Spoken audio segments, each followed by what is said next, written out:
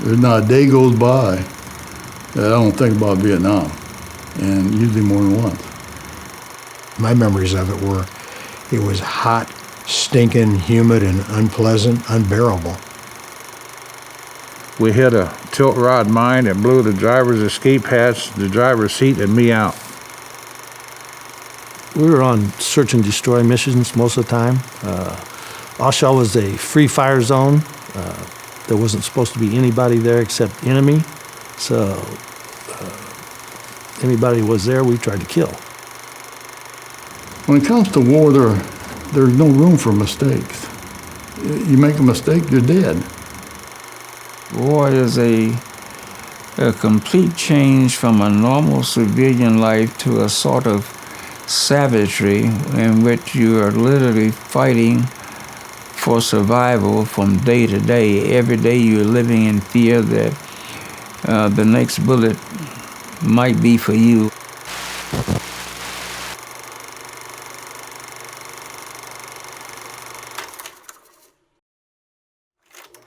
My unit was 5th to the 7th, 1st Cav, and I was 11 Bravo, which was infantry. So I was out in the bush all the time, shooting and getting shot at. As an ROTC graduate, we had the opportunity to choose our first overseas assignment. And I just chose to go to Central America to spend a little time in Panama. It would help acclimate me and get me ready for Vietnam. I did not want to miss the experience of being in a war. So I actually dropped out of college, and to my parents' great shock and dismay, I joined the Army, and then I volunteered to go to Vietnam. In the 60s, there was a draft, and if I had my brothers, I'd have just as soon got my degree and gone right to work. But when the draft came up, you had to serve the country, so it was my obligation, so you did what you had to do. My boss at Caterpillar had been a lieutenant in the Korean War, and he encouraged me to look into being an officer going through officer candidate school. I entered the Navy December 7th, 1967, Pearl Harbor Day, because my dad was a Pearl Harbor survivor, and I did it in his honor. I was in North Vietnam, Laos, and a little bit of Cambodia a couple times, but mostly in North Vietnam. There was 200 and some of us in formation. Well, the commander was on the podium, said that, gentlemen, we need some volunteers. And the volunteers I need is for the United States Marine Corps. I didn't volunteer, I was pushed forward. And they'd simulate shooting at us, and I was supposed to, when I was walking point, I was supposed to find those people that were shooting at us and shoot back. And, you know, I had weapons training from when I was a kid, so I never shot at anything I couldn't see. I couldn't see them, so I never shot. And so I thought, this probably isn't real good. We went out on patrols, and we did road security sometimes, but we were in the jungle a lot. The equipment that I got involved with was a minesweeper. It's much like you see somebody on a beach looking for diamonds and gold, but more elaborate, a little bit bigger. And we'd search for landmines and clear the roads each day before convoys could go through. I went to NCOC school at Fort Benning, Georgia. And after that, I went to Fort Lewis, Washington for 8 weeks on-the-job training. Then I went to Vietnam. Then I went to Japan to the hospital. And then I went back to Fort Leonard Wood. And I ended up in charge of the building that I went in through. In Vietnam, I arrived at Tan Son Nhut Air Base in Saigon. And I was in Saigon at the 1st Signal Brigade. I found out my younger brother was in Germany, and his unit was scheduled to come over there, so I stayed in country to keep him out of country, because I already knew what was happening. I tried to enlist when I was 16. And I went to St. Louis. I passed the physical, I passed the written test.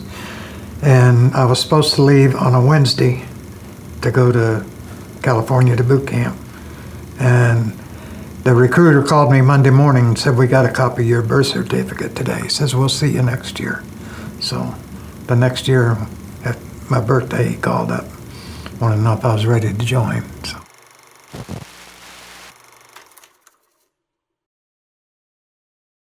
Camp Evans was big.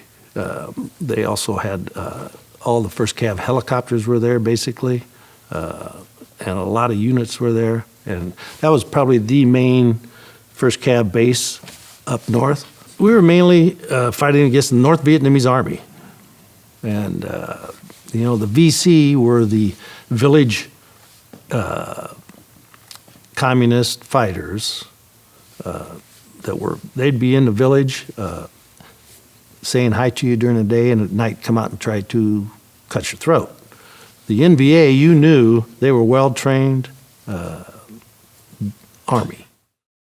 Steve Stotler of Peoria arrived in Vietnam on Ho Chi Minh's 78th birthday, May 19th, 1968. He was assigned to an infantry unit at Camp Evans, just south of the demilitarized zone in Vietnam. Not coincidentally, it was the same day the camp's ammunition dump was hit by North Vietnamese Army rockets. To the south, near the Laotian border, was the Asha Valley. Tet Offensive was basically over, but the NVA was still strong in Asha Valley, and so the first 6 months we spent chasing them out of Vietnam, or trying to. The North Vietnamese Army had been using the Asha Valley as a point of infiltration into South Vietnam. Portions of the valley were thick with jungle, proving advantageous to the North Vietnamese soldiers who were familiar with the territory. Wading through the streams and then going through the dense brush of the jungle was very hectic. In fact, I had to use my machete many times we had to hack a path to get through the jungle because the terrain and the brush and the bushes were just so thick. And it was so very hot that it made life very miserable. I'll put it that way. In the jungles, there was very close contact. And, you really didn't have time to think about it until it was over. But it was, trying to kill each other. The 101st, my particular unit, the 3rd of the 187th Infantry, we went in with about 400 combat-ready troops, and at the end of the battle, there were perhaps about 90 who were combat-able to sustain combat. There were a lot of my buddies that were killed and wounded in that fight. It bothers me now to even think about it and remember the terrible losses. At the edge of the Asha Valley, about a mile from the Laotian border, the Ap Bia Mountain rises 937 meters skyward.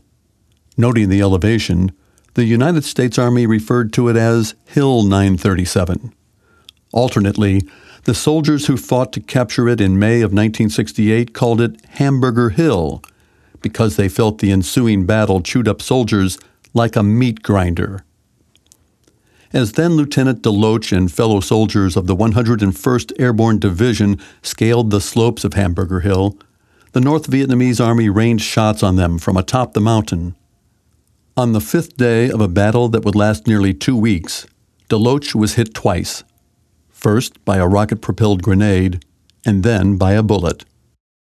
Coming on a heavy small arms fire, and then there was a loud sound of an RPG shell, and I felt the pain in my knees from the RPG shell exploding fragments in it. And the next thing I felt was a hot searing feeling behind my neck. And that's the last thing I remembered. The shell glanced just to the right. The doctor described it as my 7th cervical vertebrae, and it just did miss the spine. And the fragment was so close to the spine that when the doctors operated on it, they thought it was best to just leave it in there. And so it's been in there for over 40 years now. DeLoach earned 2 Purple Hearts and a Bronze Star in that one battle. He feels his efforts were diminished in value, however, as the United States quietly abandoned the hill just 16 days after winning it. The loss was just so great, the suffering was so great, and then to abandon it after such a tremendous sacrifice, it was very disheartening, and I felt that perhaps was one of the main turning points in the Vietnam War. It really set the American public at odds at the military operations that were being conducted in Vietnam at that time because of the way that the Hamburger Hill campaign was carried out. We would not take and hold territory. That was the biggest disappointment of the whole war. I mean, you'd take the same place 2 or 3 times and then stay there a day, blow up their bunkers, devastate the whole area, and then leave. And then they'd move right back in. We worked in the southern delta area of the country called Four Corps. And so if you picture a clock, we might work a couple hours of that clock for a month or 2. And we would sort of eradicate the Viet Cong and the North Vietnam from a big section. But then we'd move along to another part of the clock. And during the year I was there, we probably went around the clock twice. But as soon as we moved out of an area, of course, the enemy would move back in. By the end of the war, I figured this wasn't the kind of war that I thought it would be at all. This was just kind of a holding pattern.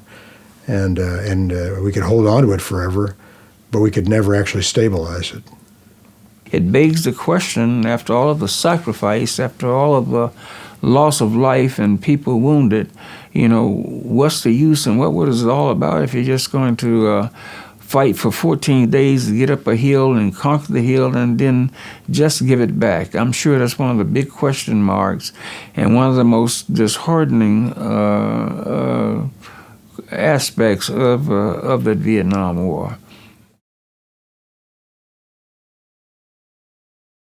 A few days before the Battle of Hamburger Hill, the Battle of An Bao raged for 3 days beginning May 5th, 1968.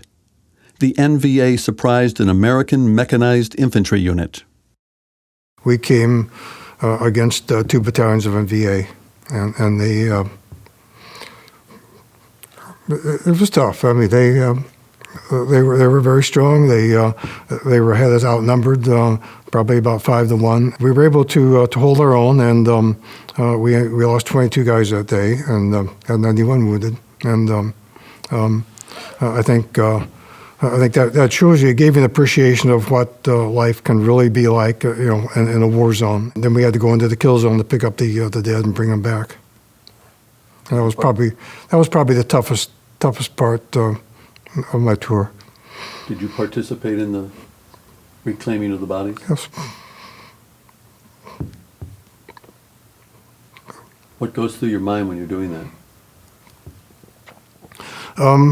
I think your mind is kind of like a camera in a way. You go up and you look at somebody and you see them there, and you get your mind just freezes. You can't tolerate really what you see, but you got to get in there and you got to get them out of there as quickly as you can.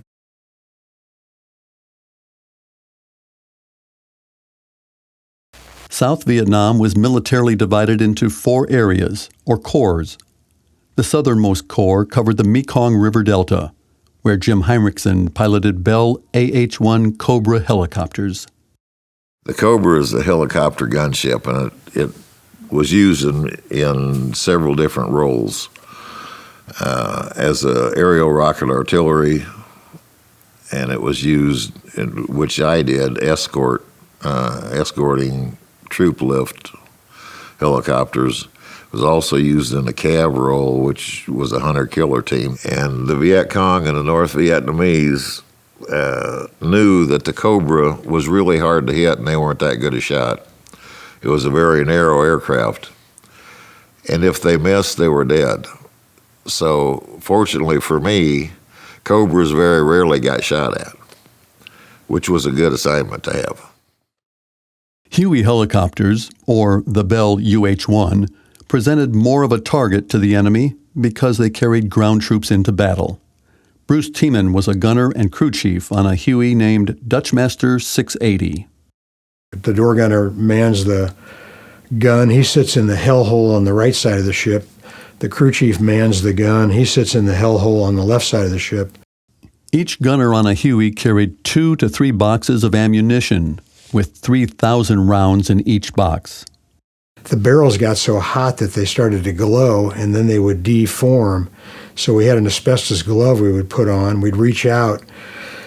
We would flip a switch, pull the hot barrel off, put it underneath the seat, take the cool barrel out, put it on the gun, flip the switch, and then start on that barrel.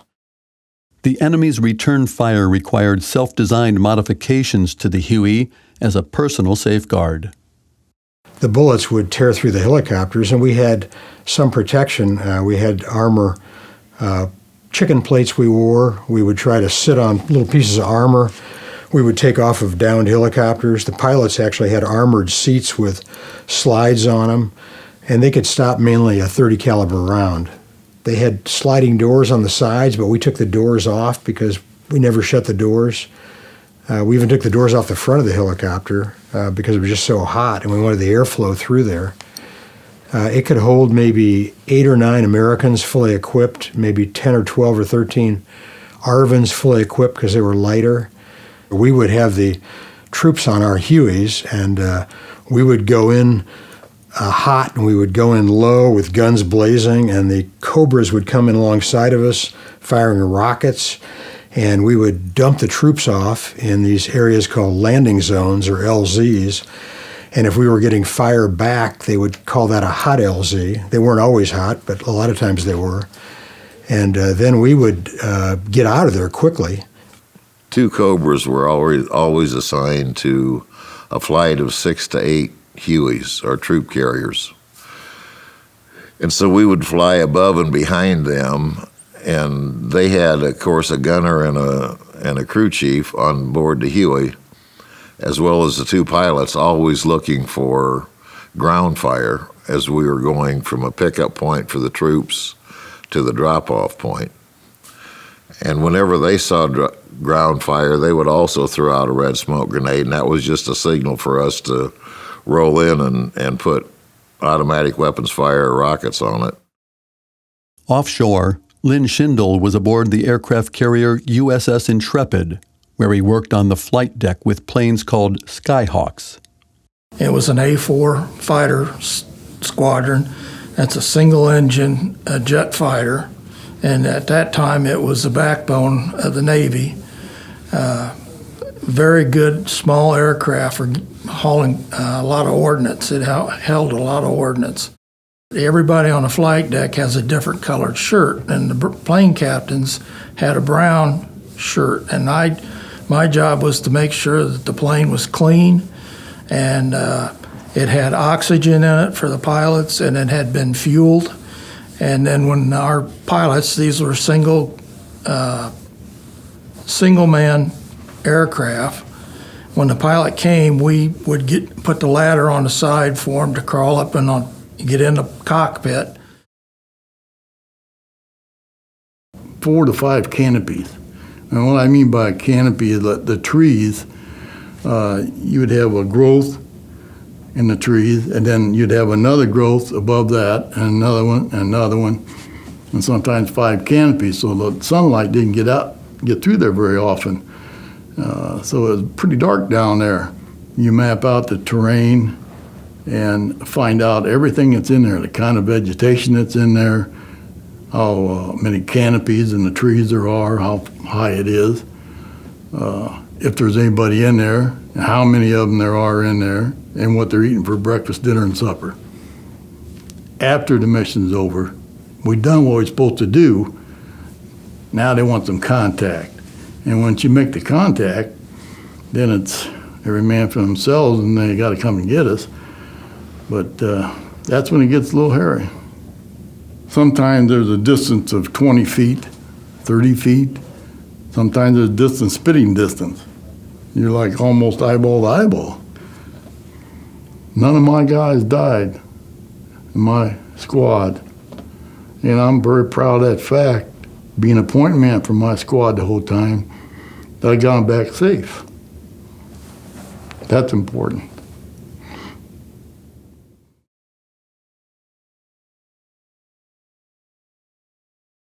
You could be laying in your rack and all of a sudden you would hear incoming mortar rounds, or you just didn't know. The unexpected could happen at any time. Probably about 2 o'clock in the morning, we got hit by probably an estimated 60 Viet Cong NVA, probably Viet Cong. And I was on the bridge with 8 other guys. We had mortars firing illumination rounds so we could see what was going on, which you really couldn't because there was smoke everywhere. And basically we shot, fought them pretty much the whole night. None of us got hurt, but we killed probably 16 of them. While nobody was injured that particular night, during the 13 months Tolliver was in Vietnam, more than 100 members of his battalion were killed. In addition to the memories of his fellow fallen Marines, Tolliver carries another mental burden. So I grabbed my gear and my rifle, and we're running down the road to this unit that's in trouble. And then I can see off to my left, there's this Vietnamese family with a kid who's just blown to hell. His guts are hanging out, bones are sticking out everywhere. He's not dead. He's holding himself up on one arm, looking at himself. And I don't remember a thing after that. I don't remember what happened when we got to the unit that was in the big firefight. And I totally forgot that whole incident until 20 years later. And then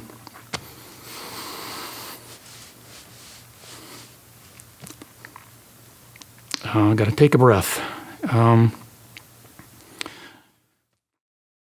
You have feelings for the people that is caught up in it, like the little children and the older people that get caught up in the middle of it. You have feelings for them. You can't be real callous about it, but you have to do your duty. First day out in the field, firefight in the side of a bomb crater for some protection. It still took a round in my side and was carrying the radio, and my radio took 2 rounds. And I have a disability because some of the shrapnel is stuck on the outside of my lung, and they don't want to do anything with it unless it causes a problem. So it's still there. The troops were always aware that times of enjoyment could be nothing more than fleeting moments in a war zone. I'm estimating between 10 to 15,000, if not more, that were there for that USO show, and it was just complete silence. I mean, it just acts like somebody flipped a switch, and Bob Hope did his show. The Gold Diggers sang Silent Night. We all sang Silent Night with him. Bob Hope waved goodbye to us. It wasn't 15 minutes after he left, all hell broke loose again. We lost as many people in accidents as we did in enemy fire because it was just so dangerous. The helicopters being around each other all the time, having to be maintained all the time, being overstressed all the time, the heat. It was just a hard environment to operate in. One really bright young buck sergeant was coming back in a Loach one day. He was in the back end of it, and he had a M60 machine gun, and when he landed, he jumped out, and he had his machine gun, M60 machine gun, hanging on a hook on the back wall of the Loach. And he hooked it with his web gear that he was wearing and pulled it off the rack, and it hit the ground and went off and killed him a round right through his back. We went to a village in the morning and talking to the people and handed out candy bars to the kids and build up relationships. And coming back, because of the situation, it was the we had to go through the actually same path because the lake was on one side and we had to go around this one area. And coming back, we hit a mine and 2 of the guys were killed. That incident changed his unit's travel patterns. So we always usually travel in one line to make sure that we didn't hit any mines, and that we had the people going in front of us a lot of times as mine detectors. Don Smallberger was one of those soldiers, a minesweeper. When the detector signaled something unusual was in the ground, they began probing the dirt. You had just like a Bowie knife type of a thing, maybe not quite that big, and at a 45-degree angle, you would just probe into the ground looking for something that might be mine-like. And if anything that looked like it could be a mine, that's when we'd get our trusty C4 out of the back of our little wooden trailer, and we'd place a block of C4 with a blasting cap on it, and typically a fuse, and then we'd just take and blow it in place. Ridding the roadways of mines didn't always go according to plan. Smallberger remembers the time he found a mine that was considered to be safe 250 yards from a Vietnamese village. The huts at the edge of the village were made of nothing more than sugar cane and grass. At this particular time, we'd found the landmine, and I put the C4 on it, and I detonated the C4. It exploded, and then we're about to go to work, starting filling up the holes and moving on, and we noticed some commotion down where the grass hut was. And at that time, the Papasan was carrying his daughter out of the hut, and a piece of shrapnel had hit her and cut her throat, and she was dead. And still carry that with me. And it was very tough with my daughter, Brittany, when she got to be in that same age and size category. The nightmares would just come on. Smallberger had to deal with a wide variety of mines, some of which were covered with dirt and disguised with false tire tracks. I always watched the road because sometimes mines were command detonated mines, which meant somebody might have been laying over in a rice paddy ready to push the button when you close, or maybe they were just a compression type thing if you step on it, or tripwire, trip grenades, those types of things. A mine did explode, and I'm confident that was a command-detonated mine with somebody sitting out in a rice paddy or somewhere. And at that time, we had 4 people that were killed. One person got to be a friend of mine. He was from Beardstown, Illinois, a guy named Billy Cook. The explosion was July 18th, 1968, destroying a truck like this one. Some 32 years later, Don Smallberger paid his respects by finding the names of all 4 victims on the memorial wall in Washington, D.C. I became infantry, so I went down to Fort Polk, Louisiana for infantry training at Tigerland. And then I did pretty well, I guess, on tests and stuff. Selected to go to instant NCO school at Fort Benning. Come out of Buck Sergeant. They were losing a lot of sergeants at that time. So before I went to Vietnam, and then while I was at Fort Benning, my cousin was killed. And he was my dad's brother's son. He was a twin, Mike and Dick, and he was out working with villagers, special forces. That was their main deal, trying to convince the people that, you really don't want to be with the North Vietnamese, and they got overrun. He was killed. And in February of '68. While I was in boot camp, I learned my friend that I grew up with was MIA in Vietnam. He grew up with somebody in a little town of Carlock, Illinois. Was 300 people in that town. The classes were real small, our grade school and high school. And his name was David Lee Scott, and From what I heard, that him and another Army guy were on point. They were walking a trail in the Asha Valley ahead of other men, and they got ambushed. David Lee Scott is one of 7 Central Illinois men who served in Vietnam who were killed in action and their bodies were not recovered or who remain missing in action.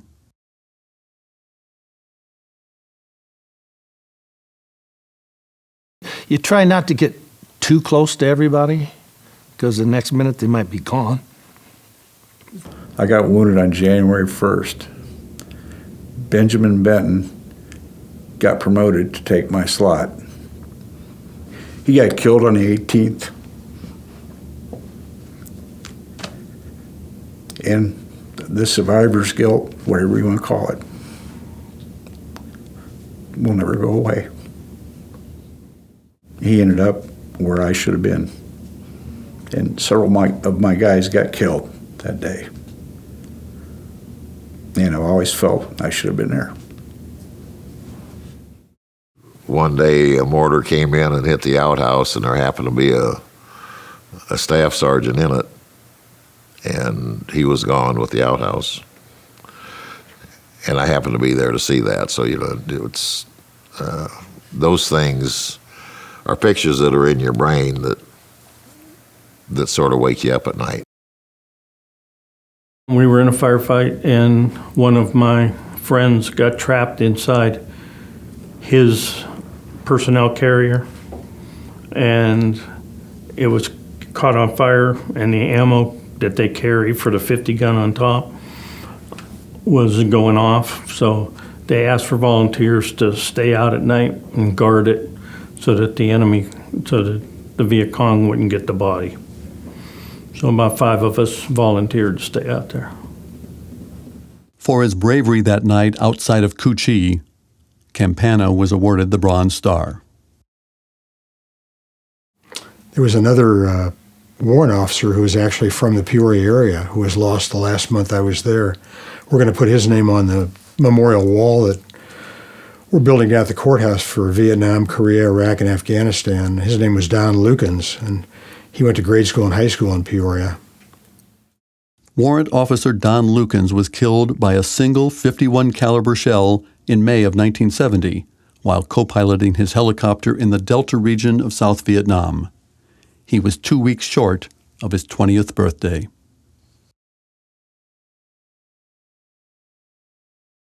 Being along the coast like that, we were most of the time in sandy soil. They had a lot of rice paddies with dikes in between them, but it was really pretty much a hot, humid climate most of the time.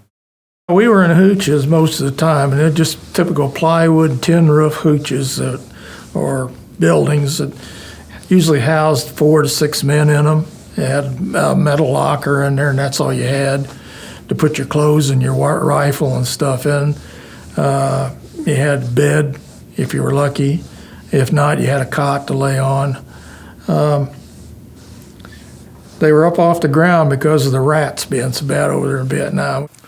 We had 2 55-gallon drums up on a stand with the shower head attached to each one of them. Well, in the morning, the solar heating hadn't worked overnight, but by evening, it was pretty warm water, so you could get a warm shower, go to bed, get up in the morning, and go back and do it again. In that month of October, we got 6 feet of rain in total in 1 month's time, in 30 days' time. It just rained and rained and rained. I know we couldn't get dry. We couldn't build any roads. We had a lot of the Highway 1 that we had put in got flooded out going into the city away. The conditions in base camps could be considered relatively comfortable compared to patrol duty in the jungle. Chuck Campana remembers some patrols where they didn't return to base for well over a month. We'd set up at night, set up a perimeter, and they would helicopter food in at night. But the rest of the time it was C rations, and used to use C4, set it on fire to heat up the C rations. A lot of times we were washing clothes in bomb craters with water. Letter writing was one way for Jim Heinrichsen to make the surroundings feel more homelike to him and to ease his family's anxiety at home. Here I am again with more hot bits of news from the vacation land of Southeast Asia, beautiful Vietnam. And so it was my job to keep my mother relaxed about this. That's the way I felt. That's the way I wrote. I think the one thing is to realize how nice we have it back here in the States compared to how some of the people in Vietnam have to live in the small villages. So we in the Army had a lot better than some of the Vietnamese had. But we really, it really gives you an appreciation of what life is like in the United States. In certain areas, they dumped a bunch of Agent Orange, to defoliate. When you're in triple canopy jungle, that gave the enemy a huge advantage. So they defoliated a lot of that. But then, when you're in a firefight, we had the Cobras coming in and the jets and everything else. And, it stripped the trees of the foliage, and which was good because then you could see who you were shooting at. Marv Cook earned 2 Purple Hearts during his tour. But it isn't his battle wounds that have left him 100% disabled. His health concerns began when a rocket hit him near his base. 2 friends dragged him to safety. It was 5 days before he was to go home. When I got hit by a rocket, and Clark and Williamson drugged me back to the bunker that night, my legs were completely wide open and the bone sticking out. When they drug me through the damn dirt, they filled up with dirt, and when I got to Da Nang, they had to actually operate on my legs just to get the dirt, all the dirt out of there so they could even operate on the legs, put them back together. So there's no doubt in my mind, I got full of Agent Orange just from that one incident, let alone being in contact with it all the time, just living there. I've had 5 bypasses, both carotid arteries done, my hearing's shot, I've had a stroke, I had both knees replaced now, and then it goes on and on and on. And now with this Agent Orange thing, what's causing a lot of this internal stuff, it's just a day-to-day thing. I have 70% disability. I have problems with my heart, kidneys, diabetes. I had melanoma cancer in 1984. I have neuropathy in all my extremities. It's called the Order of the Silver Rose, and it's an honorary thing to belong to this. You have to be an Agent Orange victim, and I'm only one of 2 in here in McLean County that got the Silver Rose. And I think more of this than all the ribbons I got in Vietnam. Lynn Schindel was exposed to Agent Orange when he transported leaking barrels of the liquid. The name is derived from the orange stripe that marked the barrels. Like Schindel, Esau Peterson is 70% disabled after exposure to the defoliant. I can tell you what, I did see it in the jungle. A couple places I went to the jungle, they had sprayed Agent Orange, man, and everything had died. They had sprayed the jungle, and then we went in 2 days later, busting jungle, and our tanks looked like they had a wax job on them. Stuff was still dripping off the trees. And then there were a lot of areas that were deforested because all along the canals, all along the rivers, all along the edges of the tree lines, they wanted to push the tree lines back, so there was all this deforestation. And that was strange to see areas that had no growth at all. Agent Orange is a combination of 2 herbicides. It contained a chemical contaminant called dioxin, which is linked to cancer, birth defects, diabetes, and other diseases. The production of Agent Orange was discontinued in the early 1970s. I go out to the VA clinic each month, and I do, go through a counseling period to keep me on track, because the PTSD symptoms are still there. You always will. I believe you are impacted so very deeply, and you're so emotionally scarred from those experiences over there that they never go away, and they affect you in a lot of ways that sometimes we really don't realize. So the PTSD is always there, not as severe now, but the impact of it is still there. Nobody talked about it, and at that time I didn't want to talk about it, and I kept everything in for years, and it was something that boiled in me, that hurt me, but I couldn't talk about it. At this point, I'm very grateful that through some friends of mine that was going to the VA, that I started going to the VA and started taking counseling, and learning that if I talked about it, it actually got a little bit easier, not having to hold it in, and maybe not as stressful. The doctor told me the older I had gotten, the worse my flashbacks and nightmares would get, and I go out to the clinic for help with that. As you get older, you start remembering, and it affects you, the way you think about things. I tear up a lot, stupid stuff, but it's just part of life. Yeah, I had some nightmares. I got married, like I said, 2 weeks after I got back. And I'd scare my new bride when I'd wake up and thrashing, or wake up and sit up and yell, but nothing violent. And as time went on, those dissipated. My wife always got up earlier than I, because she worked at the hospital, and she would have an alarm go off. And every time that alarm would go off, I'd want to hit the deck. And finally, I opened up more in terms of what it was, and it's like, well, dear, when that alarm goes off, it sounds like the air raid sirens that we had in Vietnam. So she changed that to the radio, and that made me feel better.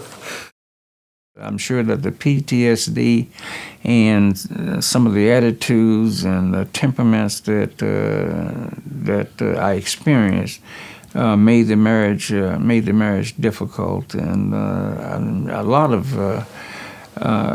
of my friends went through the same experience, and the divorce rate was high for Vietnam veterans who had married before going in, because you are a different person when you return. You get in a firefight and there's stuff going off next to you. We got the occasional mortar attack. So yeah, a lot of noise. So I'd say, that's probably the beginnings of my hearing loss. Not unusual for Vietnam vets. I know that my hearing, as I wear hearing aids now, is not what it used to be. Great Lakes Naval Hospital was, I'd have to say, the low point of my whole enlistment.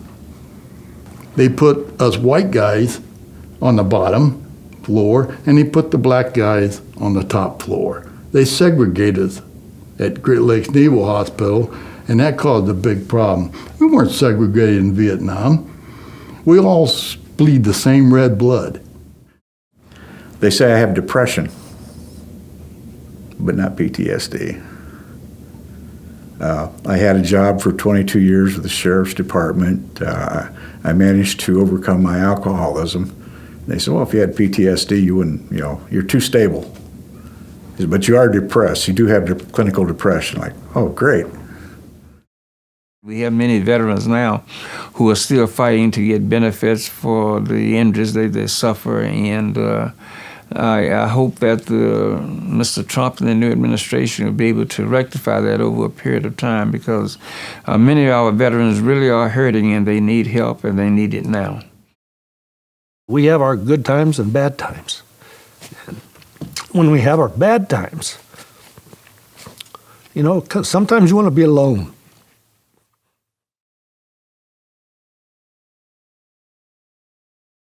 A lot of people say we didn't win the Vietnam War, but we stopped them. That was the line in the sand that they didn't expand any further.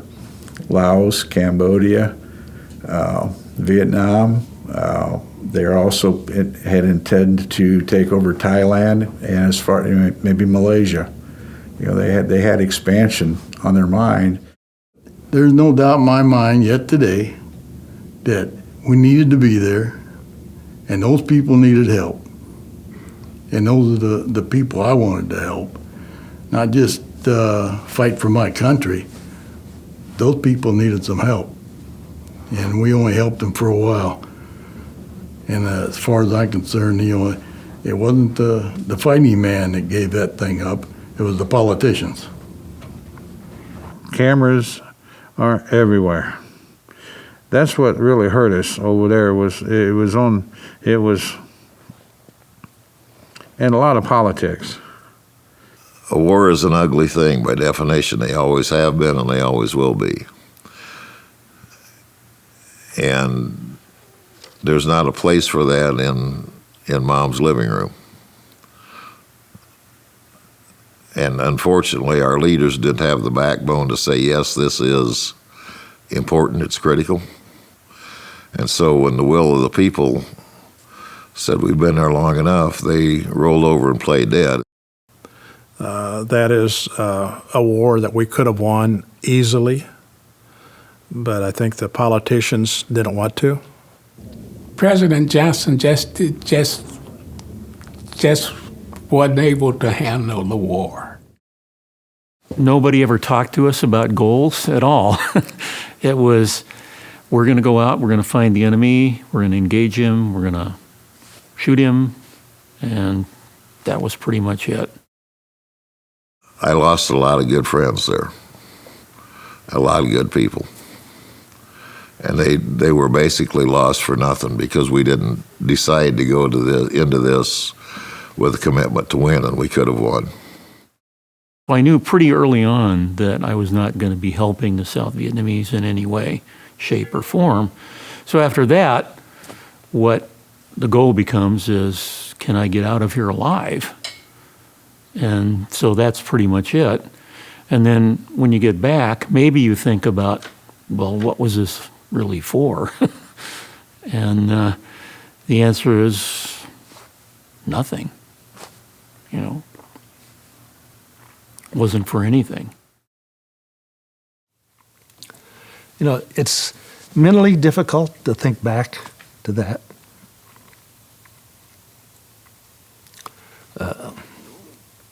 Yeah.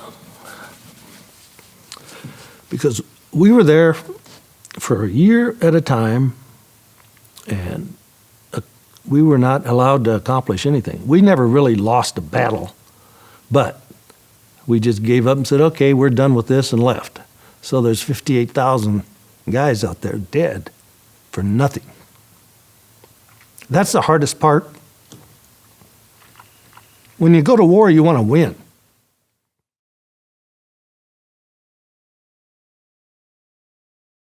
When I came back, I was surprised at the attitude of the people. And we had been hearing some of it by new guys that came over, but we didn't realize it was that bad. The protesting and the attitude they had toward the Vietnam veterans returning from over there.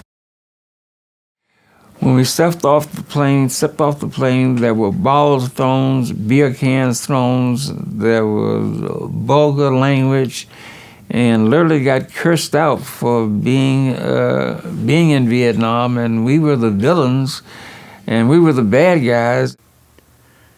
They would spit on us and call us names, and we just, especially when we landed in LAX, because we had to go to Fort Ord to get new uniforms and everything like that, and it was pretty bad.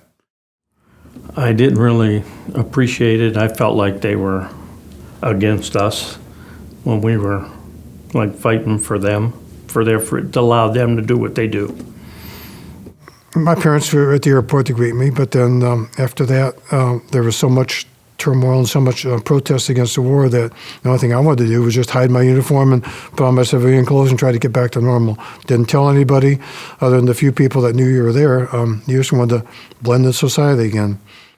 And I started college at the University of New Mexico in January 1970. Well, if you know your history, May of 1970 was Kent State. And the University of New Mexico is one of the campuses that just went nuts. You know, everybody's marching around, we're on strike.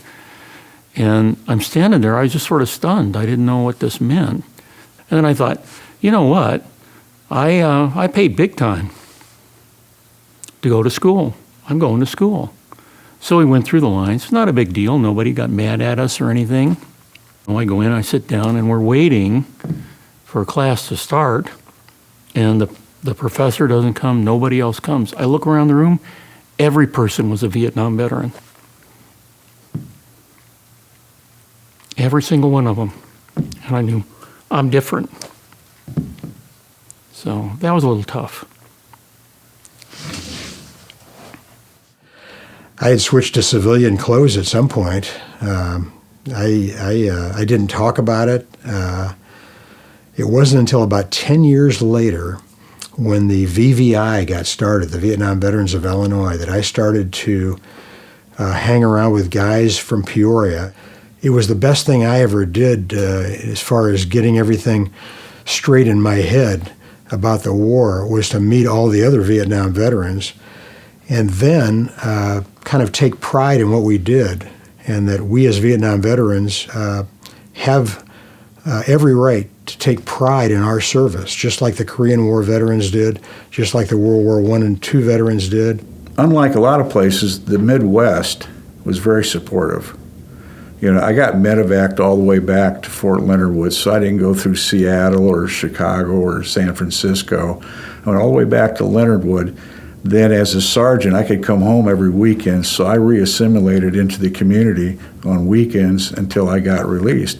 And the Midwest supports the military. So I didn't have the problems that some people did, and I'm thankful for that.